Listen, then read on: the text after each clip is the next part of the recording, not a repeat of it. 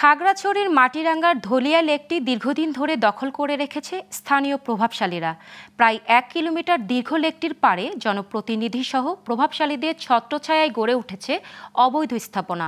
স্থানীয়দের অভিযোগ, লেকটির দায়িত্ব উপজেলা প্রশাসনের হাতে থাকলেও দখলমুক্ত করতে নেয়নি কোনো উদ্যোগ। এদিকে উপজেলা নির্বাহী কর্মকর্তা জানালেন, তালিকা করা হচ্ছে অবৈধ স্থাপনার মালিক ও দখলদারদের। খাগড়াছড়ি থেকে মোহাম্মদ আলমগীর হোসেনের তথ্য ও চিত্রে ডেস্ক রিপোর্ট।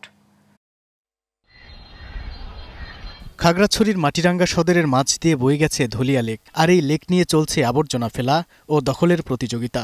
এর সাথে জড়িত স্থানীয় প্রভাবশালী ও রাজনীতিবিদরা। দুই পাড়ের অবৈধ স্থাপনা তৈরি আর আবর্জনা স্তূপে লেকটি এখন পরিণত হয়েছে ভাগাড়ে। আশপাশের বসতবাড়ির পয়ঃনিষ্কাশনের লাইনও এসে মিশেছে লেকে। এতে মশামাছির বংশবিস্তারের পাশাপাশি দুর্গন্ধে বিপাকে পড়ছে পথচারীরা। একটা সময় আমরা এই লেকগুলোতে গোসল করতাম, পানি অনেক পরিষ্কার ছিল। এখন আমরা গোসল করতে পারি না, ময়লা আবর্জনা দুর্গন্ধের কারণে। এখান দিয়ে রাস্তা দিয়ে হাঁটাও যায় না, ময়লার কারণে, দুর্গন্ধের কারণে। সরকারি জায়গাগুলো আমাদের অনেক লোকেই দখল করে আছি।